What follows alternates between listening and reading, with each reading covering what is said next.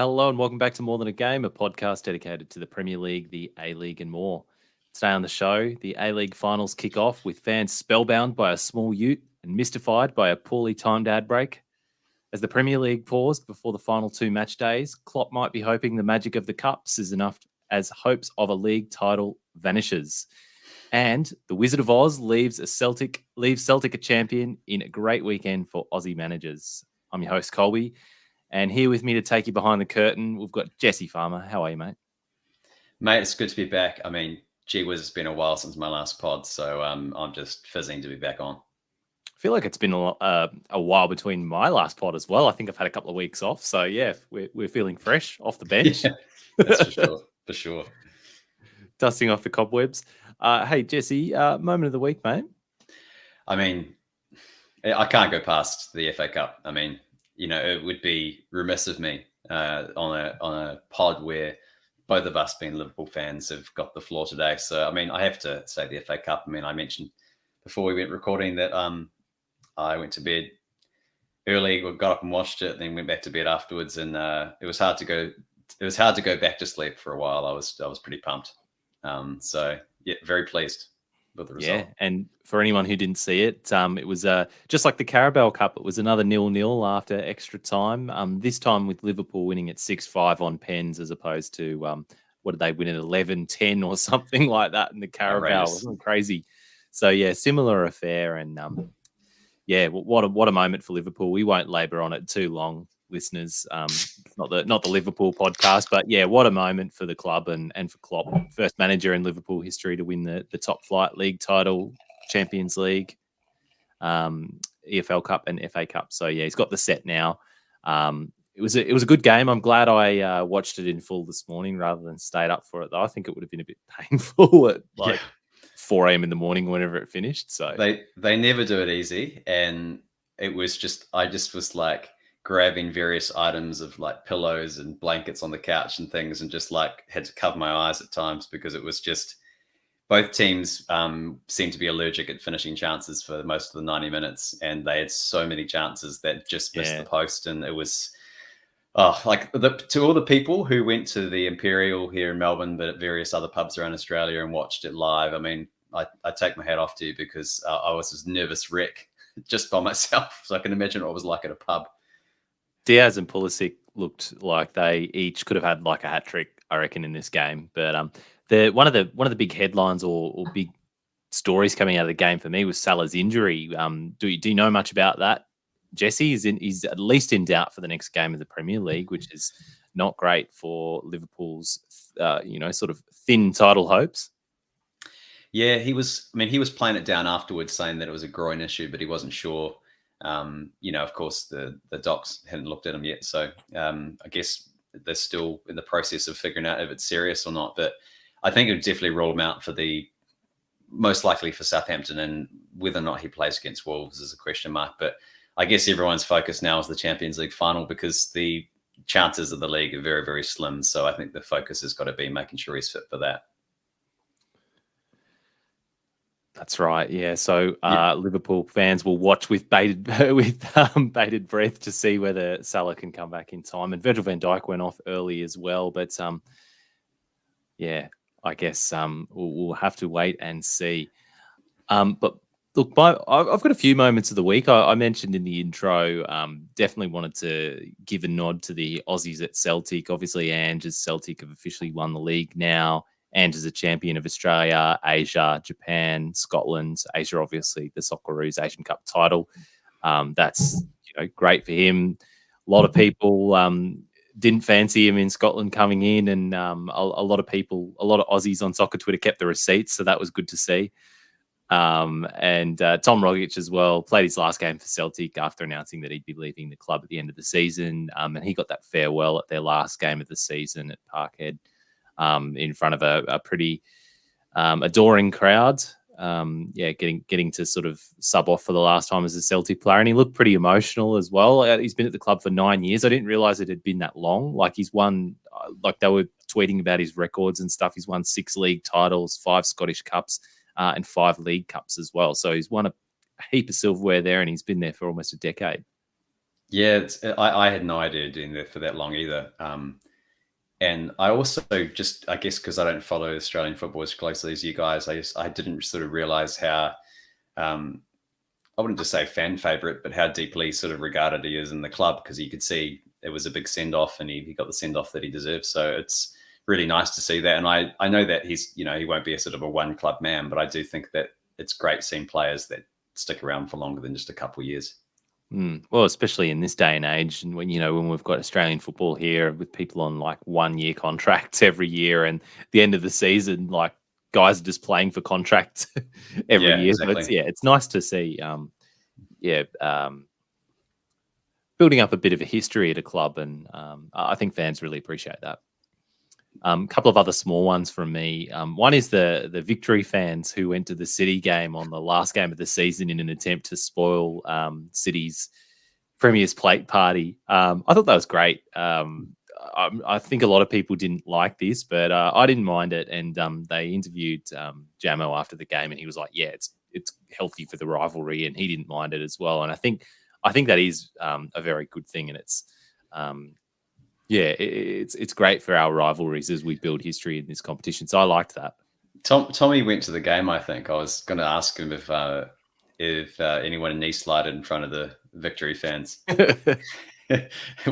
How bizarre that would be when Victory's not even playing. But yeah, love to see it. And a little commentary moment of the week. I've been loving Robbie Thompson on the comms in the A-League. He's done both of the elimination finals now. Seems to just be going from strength to strength, and it's his first season calling the league here in Australia, and I think he's done a really good job. So yeah, and I just get this overwhelming feeling that at halftime I want to have some scones and tea. Just when I listen to his voice, it's just so. I mean, it's so civilized, it's so proper, and he's impressed me as well. he still puts a bit of mayo, like weird mayo, on some of like the names as well. Like he was calling the Adelaide game tonight, and he was saying it's a yes. Yeah, like really, really going hard on the yes. I mean, it keeps you engaged. Just when you think that you're sort of going into an autopilot, he throws out a zinger like that, and that gets you back in the game. Pulls me in. I was pottering around in the kitchen, and I could just hear him screaming, and I just like come running back to my screen to keep watching. But what haven't you liked this week, Jesse? Well, I mean, last week Damo, threw Klopp under the bus and talked about how he always complains about other teams' tactics, and I'm not gonna bite any more than that. But what I will say is that there was another manager this week that had a shocker in a press conference, and that was Arteta after the North London derby. Fans will recall that was, I think, Friday morning Australian time, and so only a couple of days ago. And he, after Rob Holding, first and second of his name, who decided to, have an absolute meltdown and elbow Son in the head. After he was sent from the field, and then there was the penalty decision as well. Arteta, after the game, just did the classic Mourinho, I cannot speak, otherwise I'll be fine. So, and just if he was trying to deflect from his players, there's various strategies that coaches use now, but at the end of the day, he just made himself look like an ass because the officials weren't to blame for that loss. Spurs just wanted it more, and Arsenal were just, they were their own worst enemies in that regard, and their ill discipline is actually becoming a bit of a problem. So I think he needs to take responsibility for that rather than just throwing the referees under the bus. Yeah, it's never a good look. But yeah, it's sort of coming down to the wire now, and Arsenal were in the box seat for a spot in the top four. So the pressure's really on now. So you can see where it comes from. I have to give a shout out to this Channel 10 going into an ad break and missing a goal during the elimination final that we just saw this afternoon before recording this pod. I think, and we'll talk about this a little bit more in the match review, but I think there was supposed to be a substitution. Then for some reason, not clear to me yet, because it's so soon after the match is finished, not clear why the substitution didn't happen, but there was supposed to be a substitution. The commentators, I was watching it on Paramount Plus, and the commentators were like, okay, we're going to an ad now. Commentary stopped, but then the play kept going, and I was thinking, oh, this is weird, but okay. Yeah, next minute, goal gets scored, and I thought, I reckon the people on Channel 10 have missed a goal here. And yeah, sure enough, soccer Twitter was blowing up, as you might expect, and Channel 10 pretty swiftly issued an apology. And the tweet is just doing numbers. Like, people are quote tweeting it. Soccer Twitter just raging in the comments. But yeah, Which goal? it's almost, Which goal was it? it was the second goal, so it was an important goal in the game. It was for Yengi's goal, so it was early in this, sort of early to midway through the second half. Yep. So yeah, still a lot to play for in the game. But yeah, almost as if running ads during open play, not a great idea. But that's just, that would have made my blood boil if that was a team I followed. I was watching it on Paramount Plus. So when you raised that, and also I saw it on Twitter, I didn't understand what was going on at first. And it's funny because some of our friends watch it on 10, and I've always watched the stuff on Paramount, and it's amazing the difference in experience you can get just between the two of them. Yeah, I want to give them the benefit of the doubt and say there was a mix up with the substitutions, but if the sub doesn't go on, I guess you just don't push the button for the ad. Yeah. I don't know how simple or complicated it is behind the scenes, but seems pretty simple to my uninformed brain. And another one, this was a little bit further away, but Argentina pulling out of the Super Classico that was scheduled to be played in Melbourne on the 11th of June. After like a lot of the ticket allocation has been sold for that. So, Jesse, who's going to be more disappointed? People who had tickets, or Soccer Twitter who miss out on 6 weeks of smashing a sold out plastic football theatre spectacle? Yeah, the anti-Euro snobs would have just been absolutely licking their lips for this one. Or should I say South American snobs? But no, I've always found this kind of, maybe I'm looking at it from a pessimistic point of view, but I kind of always thought this would be canned. And I wasn't surprised to see it canned, because there were so many murmurs that I can't remember if it was Argentina I think it was Argentina that was the one that was really lobbying to not do it, whereas Brazil had said they would do it. I think that's the right way around. So there was always a feeling of like, if one of them didn't want to do it, then they weren't going to do it. And I just think that it's terrible that they released the tickets and pushed on without it actually being fully confirmed. I mean, I'm not 100% sure if the government had been given more assurance behind the scenes that it was going to happen, but it ends up with a lot of egg on the face. Yeah, so don't know how much it was locked in, but geez, they've sold a lot of tickets for it. So, and obviously this comes after the withdrawal of Rangers from this Sydney Super Cup that was planned for this Celtic pre-season tour or post-season tour. Should organisers think twice before organising these international exhibition matches in the future, or do you think that this is just circumstantial to these two? I mean, are we looking at a situation now where Australia is lava?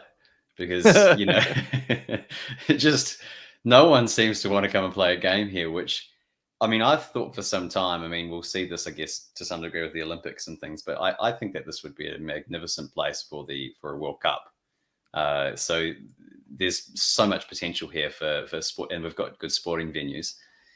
But the fact that teams don't even want to come and play a friendly or a neutral or even like a mini cup. I mean, we are going to see a couple of Premier League teams come later in the year. So, we will have, I think it's Leeds and Aston Villa going at it in Brisbane, I think, Colbs. But apart from that, they're really struggling to hang on to these fixtures. So it's not great. And also the fact that it's kind of happened in the same kind of 3 or 4 month period. It's a bit of a double whammy with the Rangers situation as well.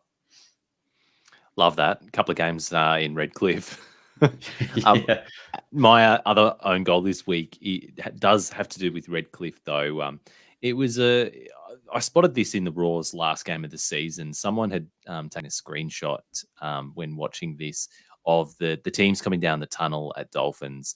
And as the teams are walking out, there's an Auckland Warriors banner. It's like, what's that doing there? It might seem like a bit of a small gripe, but they're like the Raw are already playing in Redcliffe, which is not in Brisbane, and they're already playing at a stadium that's not their own. It's like you've got dolphins on the seats, you've got this rugby league paraphernalia everywhere, and sure, you can't help a lot of that, and you are where you are, and you're leasing, and it's not ideal, but you're making the best of it. But for a banner hanging in the tunnel, which is going to be caught on camera, it's such an easy fix. Hang a Raw banner over it. It just looks unprofessional. It's like that that white van that's driving in the background in the first Lord of the Rings movie. You know, whoever was on the Just cutting edit it desk, out, guys. whoever was on the cutting desk, you know, the massive dust cloud that formed in the background behind the hobbits should have been a clue. Unfortunately, though, no, I think the attention to detail might just need to be a bit better there.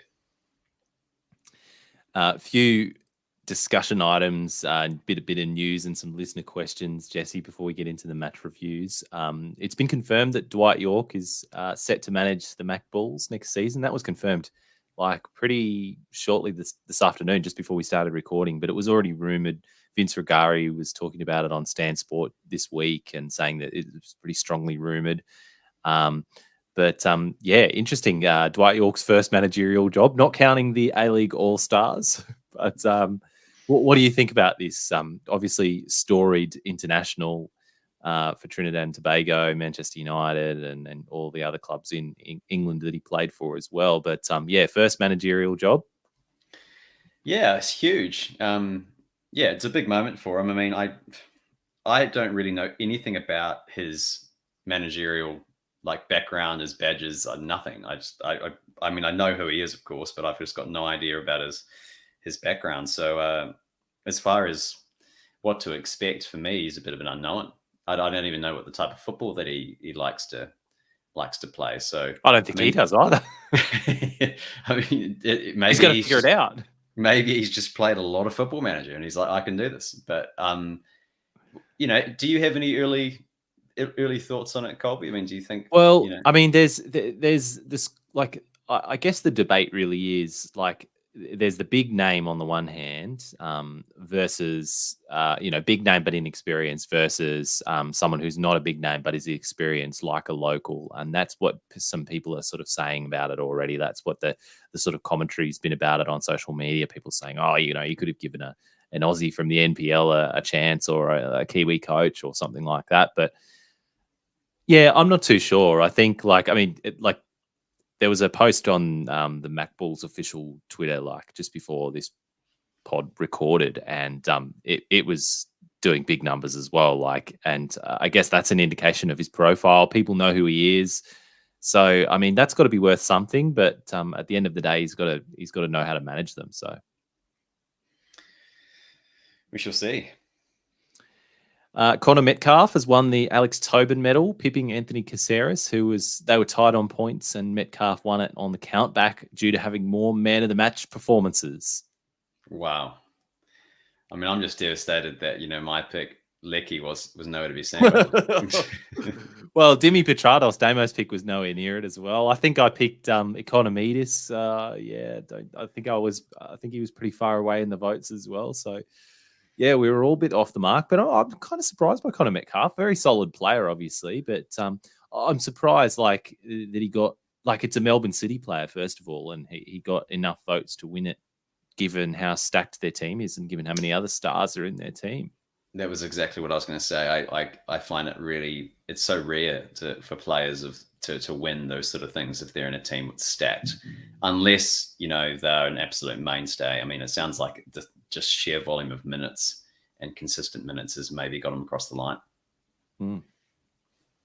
And speaking of Petrados, mentioned just a moment ago, the exodus has already started at the Wanderers. The club confirmed a bunch of departures, including Petrados. It was during the Knicks and the Wu final, so I think they tried to like sneak out this announcement. So Petrados, Tom Ahmed, Meyas, Ziggy Gordon, Kajiro Ogawa, all leaving the club. Many of those names leaving their other A-League clubs to go to the Wanderers to win silverware. But as it was, the Wanderers missed out on finals, and these guys are all moving on. Would you take any of them at the Knicks? Any of those names appeal to you? Definitely not Hamed, you know. Yeah, no, you wouldn't have him back? You wouldn't have him back, no. You can't just walk out in the Knicks and come crawling back. I mean, I don't really like him as a person, but he tends to do a pretty good job on the pitch, Ziggy Gordon. I've seen some games where he's just been an absolute pest and just constantly got in there and won fouls and defended on the line. And I think that surely if he joined any club, he'd add some value. So I guess maybe he'd be somebody I'd look out for. But I mean, some of the others, I mean, the question is, are they even going to stay in the A-League? Are they going to move somewhere else? I highly doubt it. Like, I mean, I'd have Petrados back at the Raw, but I think, like, I mean, I get the feeling that Petrados will be off to UAE or like somewhere in the Gulf, trying to get a big contract. Like, he's not getting any younger, and I think he'll go for a money move somewhere if he can get it. Mm. But yeah, aside from those names, yeah, agree with what you said, Ziggy Gordon. None of the others are particularly fancy. Hamed, solid as well, but again, the Raw can't afford him. Magic Round, Jesse. It's Magic Round in the NRL this weekend, and we were chatting about it in the group chat, and we've been talking. It's been mentioned on this podcast by yourself once or twice about something that the A-League should do. So, it was a bit of a vibe this weekend in Brisbane, aside from the punch-ups at the ground. But we decided to ask our listeners on social media whether people thought or whether they would want to see a Magic Round in the A-League, and I have to say, the tweet got some traction, and we asked the community on Reddit as well, on the A-League subreddit, and I'll read you out some of the answers that we got. So, like, just paraphrasing some of the responses that we got, and it's the success of the NRL Magic Round is situational. Members are going to miss out on a game. No, I don't want it, but it would be good to have it in preseason. No, I don't want it, but I'd like all games to be played on a single day at every team's own ground. No, I don't want it, but simultaneous kickoffs on the last day of the season, please. No, pitch won't hold up. No, football is too tribal. What do you think? Well, I mean, one of the only probably one of the only ones in there which I think has some legs is the pitch, because I think that it needs to be a carpet for football. So I can see the point there. As far as the simultaneous games all played at once, I mean, I'm in the camp of wanting them all played at the same time on the final day. So I don't think that necessarily has to mean that you can't have a Magic Round. I think it's like, I think we that's a separate thing that we should be lobbying for anyway. Yeah.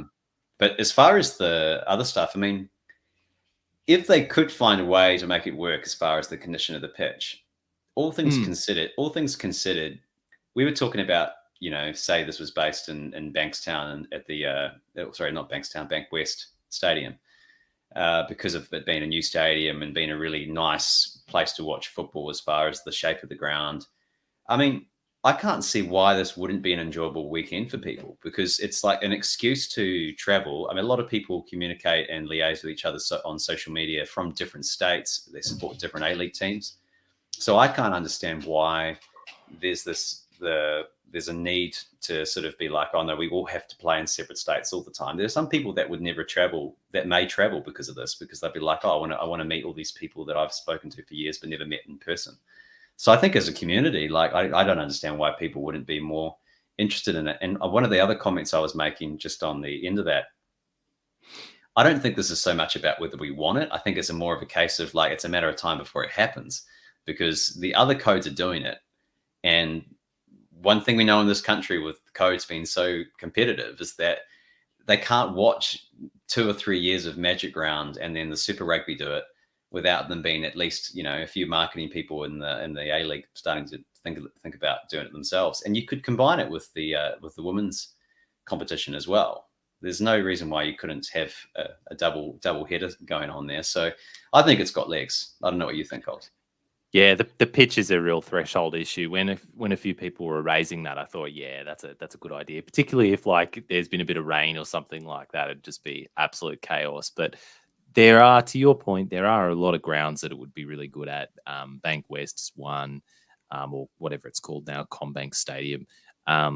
Amy Park, obviously. Suncorp could host it, like if there was enough interest in it as well. Like, yeah, there are grounds all around the country that would do it justice, and yeah, it might get people interested in traveling for it again. A bit of a festival around it, but one of the caveats is it has to be marketed right and it has to be done right. And I don't know whether I trust the A-Leagues to do that at the moment. But yeah, it's an idea worth exploring. And I was surprised by how quickly some people just completely shut down the idea. So I think I mean, well, I don't know why I'm so surprised about close-mindedness of A-League supporters, but here we are. Mm. And a couple more things. The FFA Cup, aka the Australia Cup, had some matches played this weekend as well, or on Thursday and Friday. The Raw came from behind to beat the Wanderers to progress to round of 32, thanks to goals from Cyrus Demi and an Ivanovic double. The Jets, meanwhile, got up 3-1 over the Glory in their playoff, with Jordan Elsey finally getting to hit that emu celebration in earnest, and Archie Goodwin also on the score sheet. So that's great to see some more cup action here as well. And just got a listener question from Dave Saves on Twitter. It goes to the couple of rounds of A-League ago, or the final rounds of the regular season. Brisbane specific question asking, are Brisbane's win over Sydney and Western Sydney an indication that there's something to build on for next season, or did they just take the two teams that were already on holiday? I don't think Sydney FC were on holiday. Wanderers maybe, but Sydney FC, like, they were playing to the last game. The players were playing for pride and contracts there, so I don't think they were exactly on the beach. I think there's a bit to build on at Brisbane, and we'll talk about that and a lot of the other teams in our end of season review in a couple of weeks' time. But yeah, I think I'm actually feeling reasonably positive as a Raw fan that there's a bit there to build on. There's some key cogs that are needed in the team, namely a striker and a solid central midfielder. But yeah, the youth's there and the building blocks are there. Yeah, it's interesting. I was just thinking about that. Where are they? What stage are they at in the process for the cup? Where are we at the moment? We're up to the round of 32 now, so it's been all over the place because of COVID pauses and things, and it's just had to be completely reshuffled. So there's a bit to play for. Mm-hmm. There's a few rounds to go, and they're at, like, all different sort of stages. Then the whole competition's not all in one place at the moment. So that sounds very much like the A-League this year. Yeah, we had some teams who had played like 8 games and some teams who had played 15. Yeah. Well, let's chat a bit of A-League now, Jesse. We'll talk a bit of A-League elimination finals. So Adelaide have progressed through to the semi-final after taking out the Mariners 3-1. Craig Goodwin, Damo's boy, opened up the scoring, slotting past the keeper after gambling on a defensive error, taking it to 1-0 at halftime. Cassini Yengi looked to have wrapped it up at 2-0 from a pretty pinpoint delivery from Craig Goodwin again. Brilliant for him, but this was this incident that we were talking about before, Jesse, where there was apparently supposed to be a substitution. Nick Montgomery in the post-match came out and said they were trying to make a sub just before the Yengi goal, and also querying why apparently the ref was changed last night, and it's like it was a part-time ref that refereed this game. I actually didn't catch this during the game, but I heard his comments after the game. But do you think this is like the Mariners are a bit hard done by here, or is this just a manager who's been knocked out in an elimination final speaking? I mean, is he auditioning for an own goal next week? Maybe, just to keep the managerial own goal tradition going. No, I think the thing about this game, I mean, I watched the second half, and I said to you before that it felt like a lot of the action, because I got back and watched the second half, and I feel like a lot of the action was happening in the second half, and I think the Mariners were really in it, but that second goal looked like it had taken away from them. Then they got back in the game. And I just think that the fact that they did actually have a period there where it looked like they were going to equalize, and then that got ripped away from them at the end. I think that has an impact on the feel in the Mariners camp afterwards, where they kind of they had a chance for a while there, and then it blew out at the end. And you have to say, probably going to talk about it in a second, that the goalkeeper didn't cover himself in glory at the end there, unfortunately. Yeah, he didn't. And this is in contrast to the goalkeepers, the performances that we saw from the goalkeepers in the Wu Knicks game, which we'll talk about as well. But no, I agree with you, Jesse. He was certainly wrong-footed for the Bernardo goal to seal it. And yeah, you did feel for the Mariners because that was the dagger, that goal, and they were just, the Adelaide would just weathering the storm, and the Mariners looked like they might jag one and take it to extra time at this stage. And I was feeling pretty vindicated that we'd planned on allowing a little bit of extra time before the podcast started. So, but it wasn't to be. But what a season for the Mariners. Back-to-back finals. They didn't drop off after losing Stajic. Their captain, Bozanic, towards the end of the season, like he had his head turned and was out of the team, and he was like, you'd say he was probably one of their best players, if not their best player, week in, week out. And then they just got a kid to fill his spot in midfield, Max Ballard, who looks to be a great player, and will have clubs interested in him next season. They had the same amount of points as the season before under Stajic, with a better goal difference. They finished slightly lower, but they lured the cum dog. They lured the cum dog for the memes, and some people think he's actually a really great player too. We've got a question from a Manisview 92 on Twitter about Max Ballard. Could he be a replacement for Connor Metcalf at Melbourne City? Well, it would be peak Melbourne City just to pick him up, just when he's starting to get some traction at another club. I mean, maybe. I mean, do you think that's a bit soon for him, though? Do you think he needs another season to? I mean, because the thing about unless he's guaranteed first team football week in, week out at City, I feel like he'd be better off playing in a team where he's going to get 90 minutes every week. Absolutely, that's what you'd be telling him if you're his agent, wouldn't you? But yeah, you've seen players turned by, slightly bigger, slightly longer contract or something like that. Like a lot of factors that go into it at this level. I wouldn't be surprised if a club like City wanted to snap him up, but as to whether he'll be a replacement for Connor Metcalf, I think I'd like to see a bit more of him first, and I don't know that he's necessarily there in terms of his development yet. But yeah, he looks the goods, and I noticed that in basically the first game that we saw him, he was eye catching right from the start. Adelaide, though, they're through.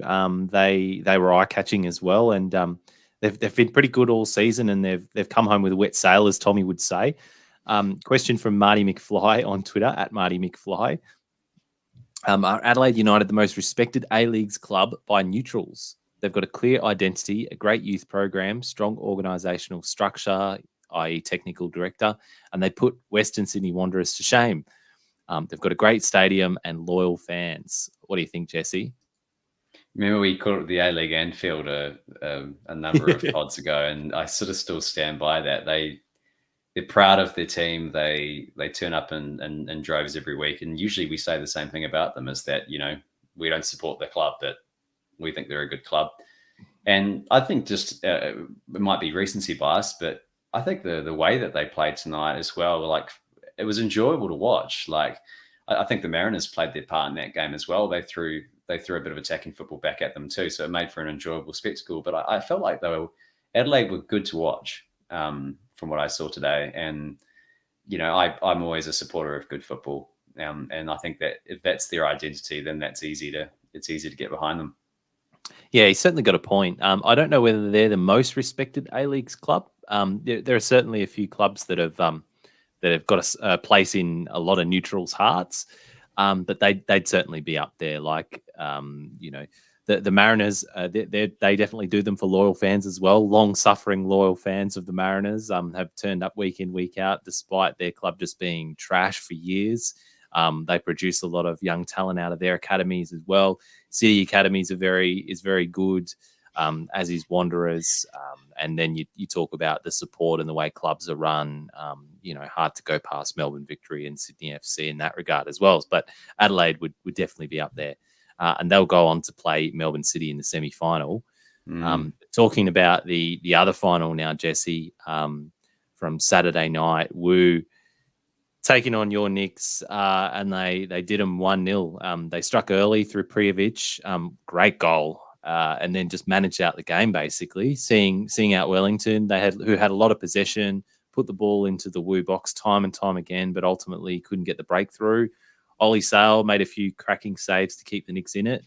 And they went close when Piscopo hit the crossbar from range, but it ultimately finished 1-0 to the Woo. Jesse, what did you make of the Knicks' performance? It's unfortunately the same story as it is most years with the Knicks, at least under Tale. Like, plenty of great things to say about them, plenty of great things to say about their resilience and their. I know they've had some pastings this season, but aside from that, they've also showed a lot of character and played really well and kept some pretty good teams out of the finals to get into the finals, away from home again for another year. So plenty of great things to say about them. But I think if you want to call a spade, I mean, in this game, the hardest thing I think as a football fan is when you feel like your team's never going to score. And I had that feeling from, I guess, even before halftime, but certainly in the second half, after it got about past the 50-minute mark, I just felt like we were never going to score. And that feeling it's tough to watch, because you have lots of possession and you're doing lots of good things, and you can't say that your players aren't showing some effort. They were winning the ball back, and then they were pressing back up, but just that end product and ability to actually make penetrative passes. The Woo, for all their defense, occasionally would hit them on the break, and they looked more dangerous in transition than Wellington often looked all night.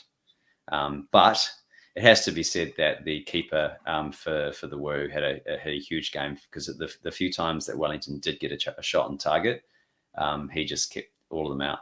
So I was like, you were talking about how good Jamie Young was in the group chat, and I was just like, in the heat of the moment, I wanted to say, fuck Jamie Young. Honestly, I was like, probably not ideal timing, but wow, that's good save. I was like, fuck that guy, just honestly, like, he was an absolute thorn.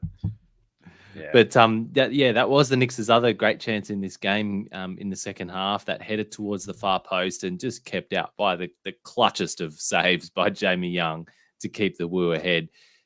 Like, this was one of the better saves that I think I've seen this season. And we've come to expect that from Jamie Young. Very classy keeper. Raw fans have been saying it for years. But it just made me think, who would be, and I'm not talking form here, I'm just talking like ability. Who are your top three keepers in the league? Because we've got some good ones, and we've had some form fluctuations, but there's some pretty decent keepers going around.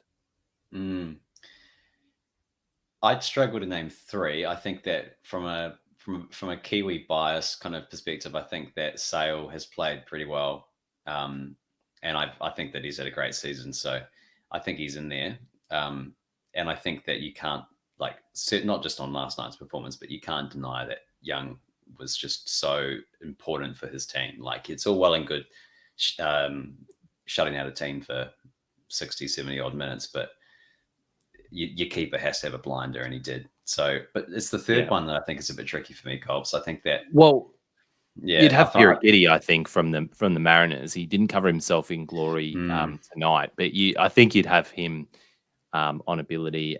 He could be playing for a bigger, better club, but as it is, he's been the Mariners has been a really good fit for him. It's sort of revived his career in a way.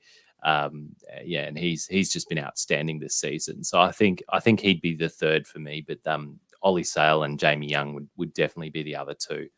Mm-hmm.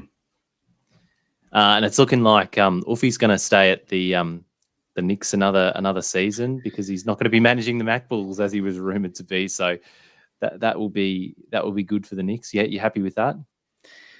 Yeah, I mean, I've got mixed feelings on this, because I think that he's done a great job with the squad, and he's, as long as he's there, and I mean, I don't think it's just him. I think the board and the people behind the scenes are doing a great job at bringing youth through, and the club's got a bit of an identity now. So I think there's a lot of good things happening at the Phoenix. But I think with him, Damo said once that, if Plan A doesn't work, then just do Plan A better, is kind of his Tale's kind of way of doing things.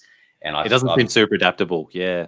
And I see us get knocked out of. I've seen us get to good levels in a competition, like get to elimination finals or get to a certain level in the cup, and just when the going gets tough and we go behind by a goal, we just can't seem to break teams down. And that possession is all well and good, but there's got to be an ability to change our shape and change the strategy. And I don't think he's really shown that recently. So I think it's fair, when the dust settles, once we've acknowledged that he did have a good season, to also have a bit of critique as well and actually acknowledge that I think he has to do a bit of improving on his side as well.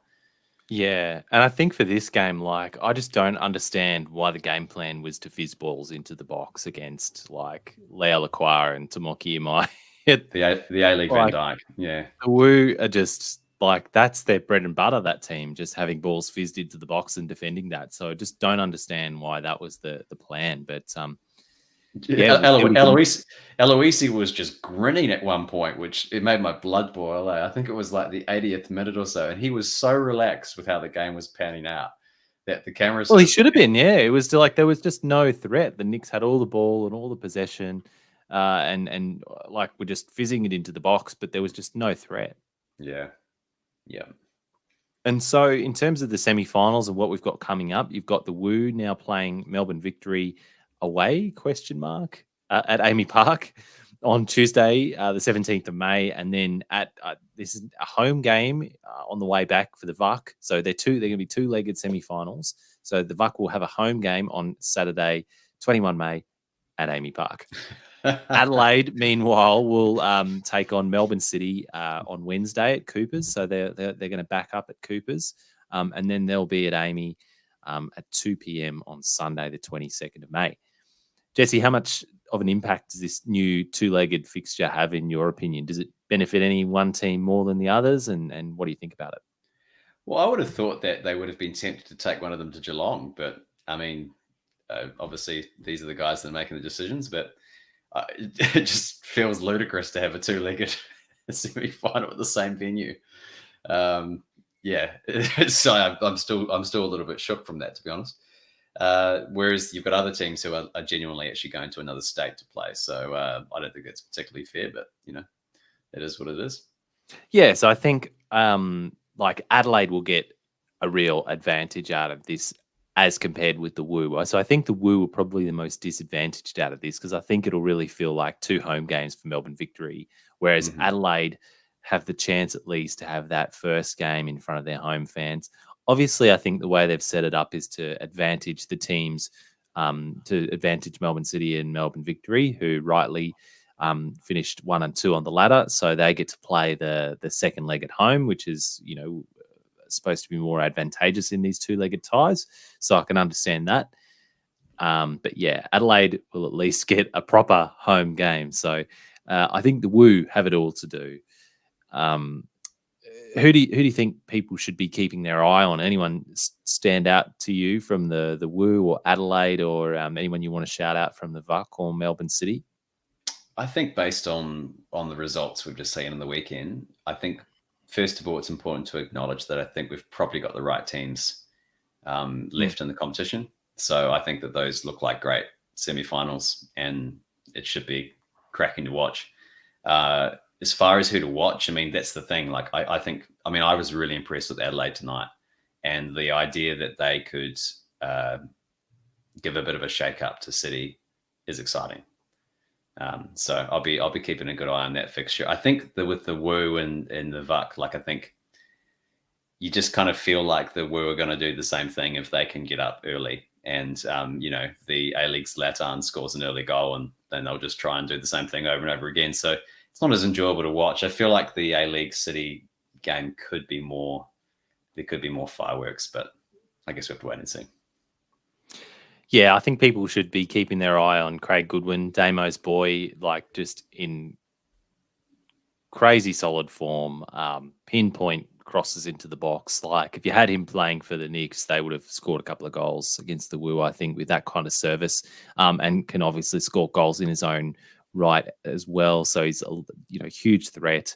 The VUC, obviously, you've got D'Agostino's in great form. Their whole team's basically humming at the moment. So they're a threat. I'd have your eye on that game and them. And that will be an interesting one as well, because, as you say, the Woo could just jag something and frustrate the Lights of Victory, particularly given that it'll be like an away game for the Woo in both of those. So, good way to silence the crowd is just to kill the rhythm of the game and to hit them on the break and jag a goal. And that's probably what the Woo's game plan will be. So that will be a really interesting tactical one to watch. But Adelaide, Melbourne City, hopefully should be pretty expansive, nice football to watch. So we've got two very interesting semi-finals to look forward to. Any predictions, Jesse? Who do you think is going to go through to the grand final? Oh, it's so tough. I mean, I kind of feel like victory is going to go through, even though, it's always going to be at pains for me to say, but I think that they will. The other fixture is the one that's a bit tricky for me to pick. I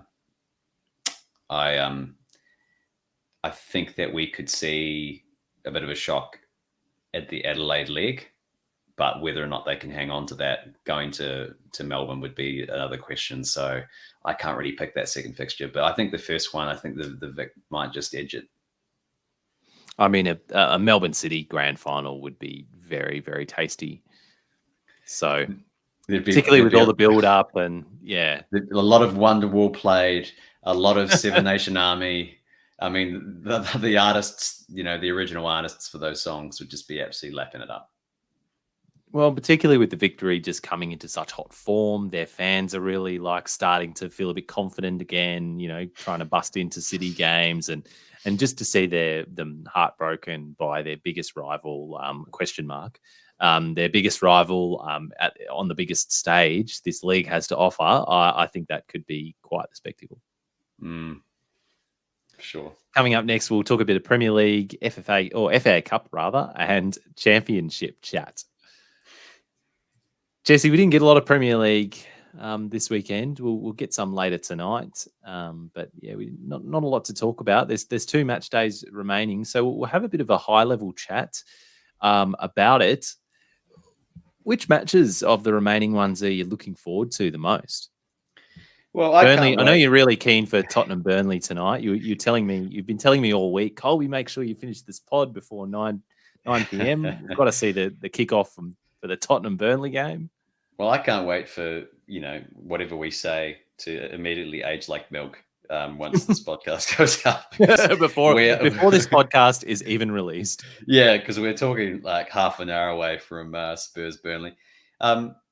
No, I think this is an exciting night of football. I think it's exciting. I mean, particularly for Australian, the East Coast time. I mean, I know it's still 11 o'clock, but RIP my friends in New Zealand who have all got this happening at 1 a.m. It's a bit trickier for them to watch. Worst time to watch football, yeah. But this is great for us. I mean, we're going to see. I mean, what is it? You've got one game about to start, and then you've got 1, 2, 3, 4, 5. I think it's 5 fixtures all at 11 o'clock tonight, and a couple of those are delicious ones like West Ham and City. I think the Tottenham Burnley game is particularly interesting because of Spurs have the opportunity to one up Arsenal ahead of Arsenal's game. So Arsenal's obviously still leading by a point, but psychologically they can really put up a stamp down. And the side note on this game, of course, is that Son's trying to win the Golden Boot. So let's just say that could be an interesting start to the weekend.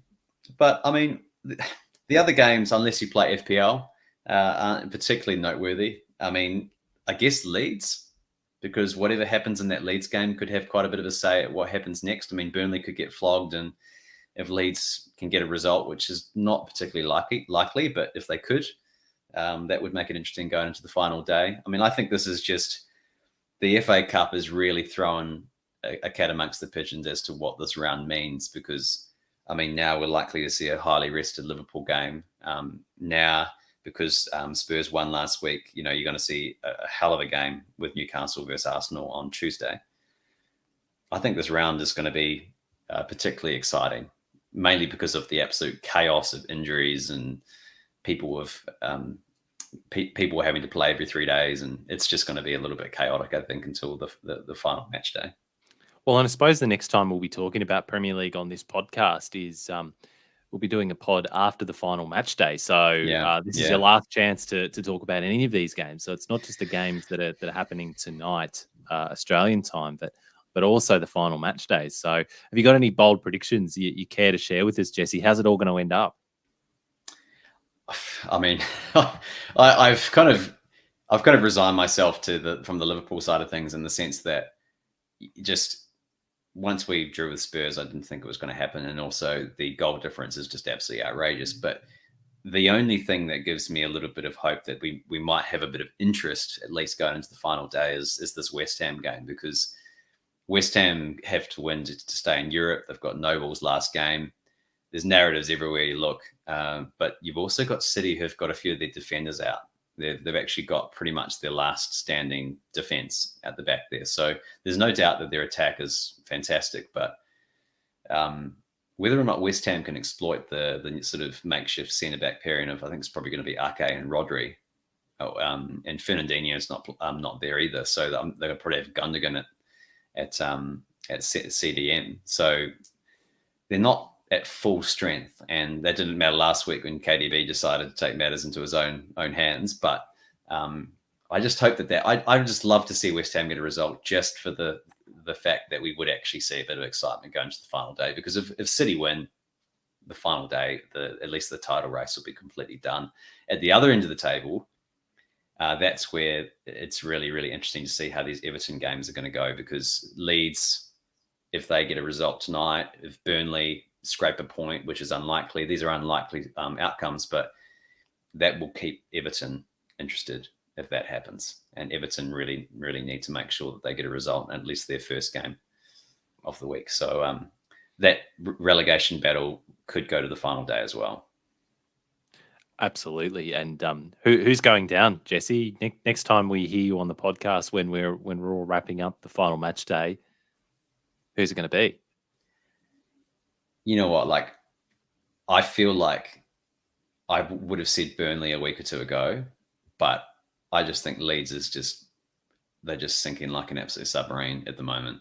Like, it's just, and they're getting red cards and they're losing their players, and I don't even know what kind of a team's going to turn out against Brighton. So amazingly, Burnley could survive again. And they were the ones that I thought were going to go down. So anything can happen. I never doubted them. Everton are just going to get away with it, I think. But it's out of Leeds and Burnley, I think. And I think, unfortunately for Leeds, I just don't know if they're going to get anything from these last games. They've got harder opponents. Burnley at least have got Newcastle, I think, on the final day, where they might be able to get something from it. Whereas out of the next few games that Leeds are playing, I don't know where they get their points. So real tough for them. And just before we wrap up, Jesse, it occurred to me that we've already talked about the FA Cup, but we've got a bit of championship chat. We were meant to have Damo on the pod tonight. Had a bit of a calendar scheduling mishap, I would say, but we'll talk about it anyway. We're through to the playoffs. It's all getting interesting in the championship. And Damo's Sheffield United are right there in the mix. They've played the first leg.